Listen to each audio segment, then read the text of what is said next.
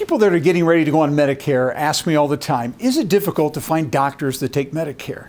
Well, the answer is sometimes it is and sometimes it isn't. So as we approach 2025, I'm going to show you in this video how you can make sure your doctor takes Medicare.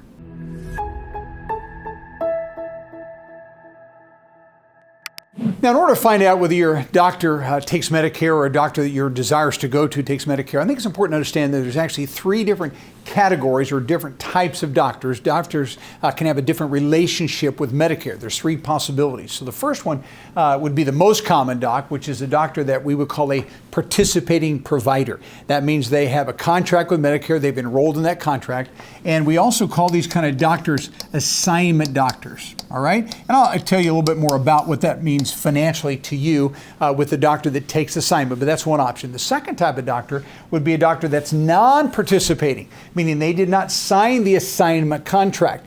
They can still see Medicare patients, they can still bill Medicare, but they're under a different type of a contract. Now, just so you know, each of these contracts are renewed on an annual basis around November, December of every year. All right, so that's the second. Then we have a third type of doctor, and that's what we call an opt-out provider. They did not sign any contract with Medicare other than they said, we're opting out. And that means they're not going to take assignments. So they're not a participating provider whatsoever. So they're under contract that says we are not going to receive any money from Medicare and we're not going to bill Medicare in any way. So that's truly an opt-out provider. And so what I'm going to do is actually want to start with this particular one here, the opt-out providers. This would be the least common relationship that docs have, but some have it. So let me explain. Now this chart actually will show you the amount of doctors that are in this kind of relationship having opted out of the program entirely. And notice it's really, really small. In fact, it's only 1.1% of all the doctors throughout the country that are active physicians that are non-pediatric, because a lot of docs that are pediatric docs are certainly not going to take Medicare, but non-pediatric physicians, 1.1%. So you can see here, and by the way, just so you know, our numbers are all in 2023. Now you're watching this probably in 2025. The 2024 numbers are not out yet as I shoot this video. They usually come out mid-year. But again, this is the most accurate, up-to-date information when it comes to opting out providers. Right now, 11,039 that say we're not going to bill Medicare, we're not going to take any kind of Medicare from Medicare, nor bill Medicare for the services that we give to someone that actually would be eligible for Medicare. Now, this next graph was provided by the Kaiser Family Foundation. They put out a lot of great information with Medicare, really with all kinds of things going on in the health insurance business. But what this does, this actually shows you the type of doctors that have opted out of taking Medicare. Now, what you're going to notice that of that 1.1% of that, a little over 11,000 docs that don't take Medicare, 40% of them are in the psychiatric field, okay, psychiatrists that have opted out. Next would be those that practice family medicine, 21% of that number. Internal medicine, 13%. OB/GYN is at 6%. Notice plastic and reconstructive surgery be 3% of that total, and then orthopedic surgery another 3%. And then other specialties. These would be some dermatologists, endocrinologists, rheumatologists, a variety of doctors collectively that are specialty docs, 14% of those. So again, a great many of physicians are going to take Medicare, but we see there's some that are not going to in any form. All right, so that brings us then to the total, 11,039 docs that are non-pediatric, not taking Medicare. Now, in addition to that, I thought this was very interesting as well in my studies. There's 4,229 who also opted out, and these are called just clinical professionals that have a doctorate degree. And so these would be some podiatrist, it would be some optometrist. But what's interesting to me is that 94% of this number right here, these 4,029, are actually oral surgeons. I've had clients call me and say, I have to have oral surgery. Is there anyone that does, takes Medicare for that? And it was almost impossible to find them. And after I did this research, now I know why. Because the majority of them have opted out because the Medicare reimbursement rate is so low, they just can't make any money doing that. All right. So of that amount that said we're opting out, so as you can see now, we're just a little over 15,000 doctors that have decided to opt out of Medicare. So that's the total that we're dealing with in that particular category. Hey, if you found this video helpful and you want to see more Medicare information just like it, then go below, right below the video, and you can give us a thumbs up as well as subscribe to our channel. And every time I put a new video, which is about 2 every week, you'll be notified of that video, and others just like you who need this vital information will get it as well. So really, what's the likelihood of you trying to see a doctor that has chosen to opt out of Medicare? Well, you actually have this information by state. Very low likelihood, of course, across the board, but even lower in Iowa, Minnesota, Mississippi, North Dakota, Nebraska, Ohio, South Dakota, Wisconsin, and West Virginia. There's less than a 0.5% chance that you would ever try to go to a doctor that has opted out of the Medicare program. Washington, D.C., 2% chance. 2.1% of docs in Idaho have opted out. Wyoming, Colorado, 2.3%, Alaska, 3.1%. But on average, what you're going to see here is less than 2% of doctors in all the other states have opted out of Medicare. So the likelihood, if you want to see someone, more than likely they're going to be within the Medicare system. Now, doctors that have chosen to opt out, we oftentimes will call those concierge doctors, meaning they don't take insurance. They work on a cash basis, normally entered to some kind of an agreement. Now, if you're on Medicare and you see a concierge doctor, you actually have to sign paperwork acknowledging that you know they don't take Medicare, they're not going to bill Medicare, and you're fully going to be responsible for any services that they render for you. Again, that's a concierge doc. So again, less than a 2% chance in most states that'll ever happen to you. All right, so that's the doctors that have opted out completely. Now let's talk about those doctors that are participating doctors, those assignment doctors that we talked about a few minutes ago. So what does it mean to be a participating provider that takes assignment? Number one, you have agreed under contract, again an annual contract, to accept Medicare approved amounts as payment in full. Payment in full. So every single service that Medicare covers, we call that fee for service. So every single service they cover, there's already a predetermined, pre-established fee that doctor knows they're going to get, whether it's a surgeon or an anesthesiologist or a primary care doctor on a certain office visit or a specialist. They know exactly what they're going to get for Medicare. Medicare sets those rates. And again, when they sign this participating contract, they agree to accept that as payment in full. They're not going to ask for any money beyond that. Okay, so that's part of the contract. The second aspect of the contract is this. They, under contract, agree to charge only the Part B deductible and the coinsurance. Because, again, we're talking about physicians. And so the Part B deductible in 2025 is $257. The patient's responsible for that once a year. Now, if you've already met that deductible, you would not be responsible for that. But again, that's something that they could possibly bill you for. And then you have coinsurance. Remember, Medicare pays 80%. But you're responsible for 20%. So a participating doctor could only bill you in total for that 20% or plus the B deductible. Now keep this in mind. If you had a supplemental plan F, all that would be covered. If you had a supplemental plan G, you would have to pay that, but that G plan would cover the full 20%. Okay, so the doc wouldn't bill you anyways. If you had an in plan, again, a very popular plan right now, you would have to pay that, and then that doctor could bill you for a $20 copay. They couldn't bill you 20%, just that $20 copay that you're subject to on an in plan. But my point is, they can never bill you beyond those two items. Now, if you have insurance to cover it, then the insurance company is going to pay that. But if you didn't have any insurance, then that's the most they would bill you.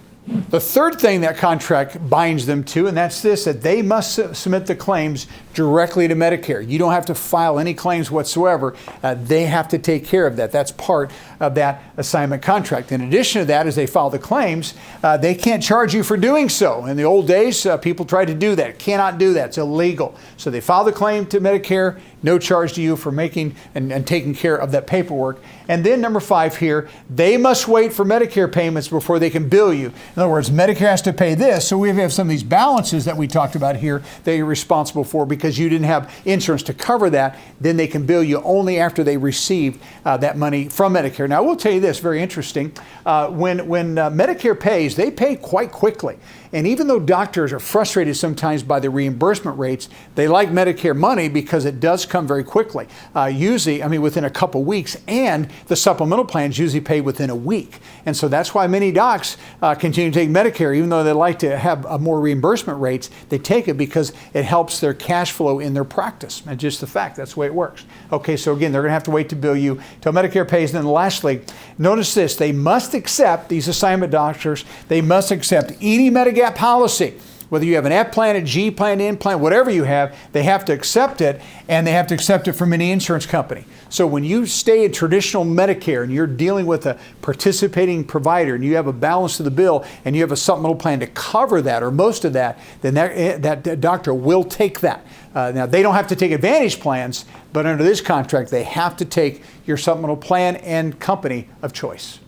So we know that as a group, the majority of doctors are certainly going to take Medicare, and certainly those that are specialists. Why is that? Well, because it's the older population. By the way, I'm part of that older population. We're the ones that tend to have more illnesses and really serious health issues, and so we're the bulk of where the business is done. However, sometimes primary care physicians have others that are younger than the older population, and so the question is always, can I find a primary care doctor that's going to take Medicare? Certainly most specialists will, but what about primary care docs? So here's the way it stands today, and again, these are the most recent statistics out. They say right now that 93% of all primary care doctors, because hey, we looked at specialists and different people in these different fields of medicine, but primary care doctors, 93% of them are actually taking Medicare. Now, what's interesting about that, though, only 70% of them are accepting new patients. The other 30% are not, probably because they already have enough patients within their book, their group, where they're already taking Medicare, and so they may limit how many Medicare patients they actually want to serve, just because, again, of those low reimbursement rates. And just so you know, Medicare pays about 80% of what a normal insurance company would pay. Now, they pay quicker than what other insurance would pay, but again, about an 80% rate. So a lot of doctors will say, I can limit how many patients I actually can see that are going to be billed through Medicare. So again, 70% that are still accepting new patients. Now, what we find in our business is that if you have a relationship with a doctor and they're taking your insurance from your group plan or your individual plan, and then it's time for you to go on Medicare, almost always you're just going to stop billing the old insurance company. Now that you're on Medicare, they will remain to be your doctor. Okay, every now and then we'll see them drop, but usually not. So again, there are plenty that are accepting Medicare and still plenty that are taking new patients. All right, so how can you find out if your doctor takes Medicare? The easiest thing to do is to call them. Now, if you don't have a doctor and you're looking for one, this is a really good tool. You actually can go to Medicare.gov on their main site, and they have this system called Care Compare. And you can put your zip code in, and it will actually, and you can tell them what kind of provider you're looking for, maybe a dermatologist, an OB/GYN doctor, maybe a primary care doctor, and they'll actually pull up the doctors that are participating doctors and actually take assignment. All right, so great tool to go to if you're looking for a doctor.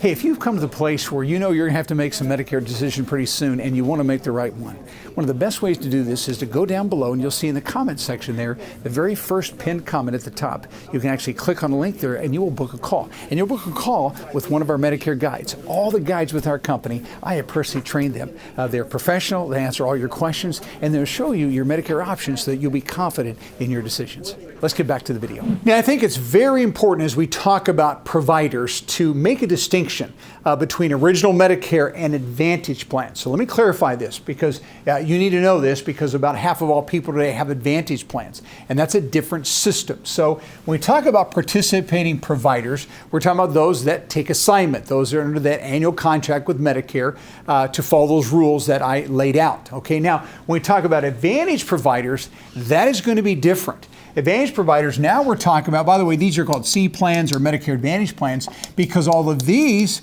have HMO or PPO networks. So you have to find out, will your provider take that particular plan if you do enroll into an Advantage plan? So it's not about participating in Medicare, it's about participating in the network provided by that particular Advantage plan, meaning they're under a contract with that Advantage plan, so you can go to that particular provider. So let's see the differences. So when you decide to enroll into an Advantage plan, you're actually going into a network, either, again, like I said, an HMO or a PPO. And so what I want to show you on this chart is this. So when we talk about Medicare doctors, we've already seen that 99% of all doctors take Medicare. We know that 93% of all primary care doctors take Medicare. But what happens if you enroll into one of the Medicare Advantage plans where you're dealing with an HMO or a PPO plan? Here's what's going to happen. You have, notice, a 22% chance to have a network that looks like this. These are all doctors that take Medicare, but not necessarily your Advantage plan, okay? So basically what you have with this particular situation, with 22% of the Medicare Advantage plans on the market, and right now most markets have about 40 different plans, 40 plans. So we're saying about 8 or 9 of those plans, this is what your network would look like.